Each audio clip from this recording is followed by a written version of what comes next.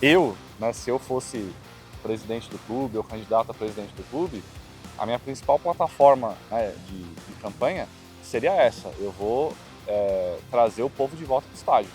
Ou seja, eu vou diminuir o preço, eu vou buscar outras fontes de receita. Só que o estádio, cara, é o DNA do Corinthians. Você não pode deixar, cara, o povo afastado do jogo do Corinthians. Eles têm que ser maioria no estádio. Hoje não é maioria. Hoje é classe média alta, infelizmente, né? Eu faria o contrário. A minoria teria que ser classe média alta. Tem o espaço, né, da galera lá na Oeste e tudo mais, mas a maior parte do estádio tem que ser classe, cara, CDE, né, na minha opinião. Né? Então eu faria isso. Eu acho que isso faria muito bem, não só para o Corinthians, mas para o futebol em geral, porque o espetáculo fica mais interessante. Meu pai, não, filho, camisa do Corinthians não vende na loja. Eu falei, não, pai, vende sim, meu amigo comprou. Aí fiquei a semana inteira enchendo o saco dele que eu queria a camisa do Corinthians. Aí olha o que ele fez. Ele ligou numa loja que tinha perto de casa, de esportivo, e falou pro vendedor, ó, você esconde tudo que tem no Corinthians aí, bota tudo do São Paulo que eu vou comprar do São Paulo. Beleza? Beleza. Aí me levou na loja, eu era criança, tinha 5, 6 anos, né?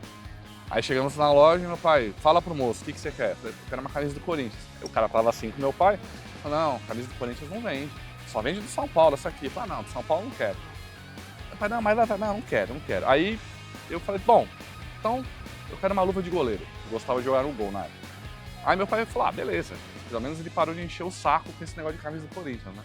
Me deu a luva do goleiro e tal, compramos a luva. Mas o destino, cara, não tem jeito.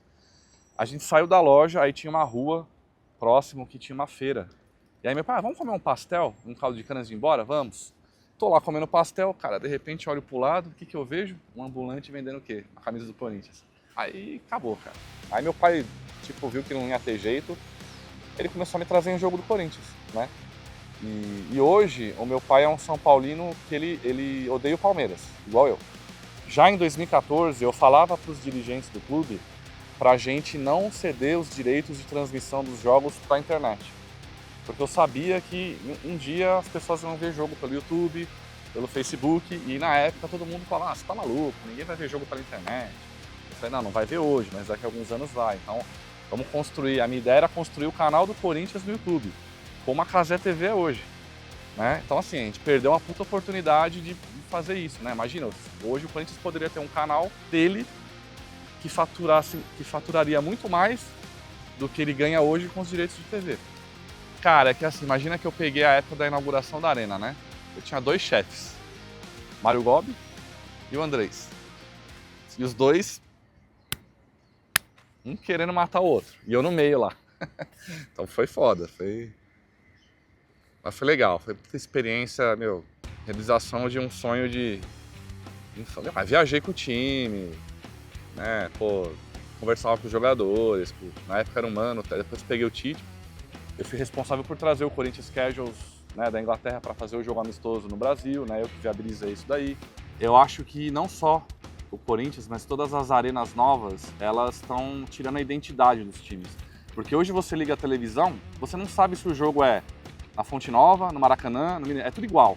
Antigamente você ligava a televisão, você batia o olho, Mineirão, Olímpico, Beira-Rio, Pacaembu, você batia o olho até o formato da rede, sabe? Tipo, a rede do Pacaembu era aquele véu de noiva, a do Morumbi aquele quadrado. Então assim, ficou tudo muito padronizado e, pior do que isso, elitizado. Antigamente, cara, você vinha aqui no Pacaembu, tinha um monte de gente que ficava na porta pedindo moedinha, o cara juntava moedinha, conseguia comprar ingresso e entrava no estádio. Hoje isso é impossível, cara. Tinha papel higiênico, tinha bandeira, tinha batucada, e assim, era 90 minutos muito mais... Hoje é bastante barulho a torcida do Corinthians, mas anos 80, era muito mais. Era uma torcida cantava, o estádio inteiro cantava junto, né? Hoje a gente tem essa coisa Gaviões cantam uma música, camisa 12 outro. A gente sofre um pouco mais, porque a gente é um time que foi construído pelo povo e sempre foi o povo, sempre foram os mais humildes que carregaram esse time, que ganharam jogos de virada, sempre foram eles que, né, começaram, nunca deixaram a peteca cair. Então eu vejo uma grande diferença, né? Mas isso acho que é mundial, né? Não é só o Brasil, né? A gente, infelizmente, o futebol está virando cada vez mais negócio e cada vez menos paixão.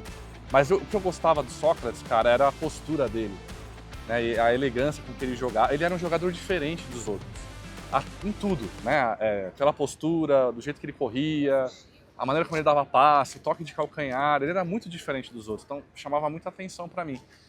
Depois, anos depois, né, enfim, me tornei adolescente, adulto, aí eu fui, né, estudar um pouco mais, né, sobre o Sócrates, aí fiquei mais ainda admirado por ele, por ver como ele era fora do campo. De novo, um cara que também destoava da grande maioria dos jogadores, né, um cara politizado, preocupado com as questões da sociedade, que entendia muito bem a importância e o significado de jogar no Corinthians. O que o Corinthians significa para o povo. Eu não sei se vocês tiveram a oportunidade de ir no CT do Corinthians, mas eles colocaram uma placa de bronze na saída dos vestiários para a entrada no campo, que é um texto do Sócrates, né? Ele fala sobre isso, né? Quer ser corintiano, o que significa ser corintiano, né? Para a sociedade. E ali, cara, todo jogador do Corinthians deveria ler aquele negócio antes de entrar em campo. Que ali, puta, o Sócrates, acho que o nome Sócrates deram para ele não era à toa, porque ele, acho que o Osmar Santos, né, apelidou ele de o filósofo da bola, se não me falha a memória. E ele era mesmo, ele era o filósofo da bola, porque ele era um cara muito inteligente e que compreendeu, né, o significado de ser corintiano e o que o Corinthians representa para a sociedade, né? Porque antigamente os jogadores de futebol não tinham assessor de imprensa, não tinha staff, né? Os caras eram acessíveis, então eles tinham, os próprios jornalistas tinham a possibilidade de entrevistar esses caras e pegá-los num momento mais espontâneo, né? Hoje em dia, para você chegar no jogador, puta, você tem que passar por vários caras e esses caras são treinados para não falar nada polêmico, para não expressar sua opinião. Por quê? Porque eles têm um monte de acordos comerciais. Tem vários patrocínios que não quer que o cara se envolva numa polêmica, né? Além disso, né, como eu falei, o futebol está cada vez virando negócio e cada vez mais virou um sistema político, né, de futebol onde muita gente ganha dinheiro e que não quer mudar esse sistema. Então, se um jogador como o Paulo André, né, começa a questionar, começa a incomodar, o sistema vai tirar esse cara do circuito, vai dar um jeito de, a não ser que o cara seja um jogador assim fora de série, imprescindível, né, para o time, né? A gente já passou por 23 anos de fila, já passou por como é que era? MSI, né? Kia Jorabichian e Dualib, páginas policiais, caiu para a Série B e o Corinthians renasce das cinzas porque a gente tem essa força de renascer, que vem da torcida. Como eu falei, né, o DNA do Corinthians é o povo, né? O povo batalha todos os dias para sobreviver. Todo dia para ele meu Deus, eu não sei se eu vou ter dinheiro para pagar a conta amanhã, mas a gente dá um jeito. E o Corinthians é isso, a gente vai dar um jeito.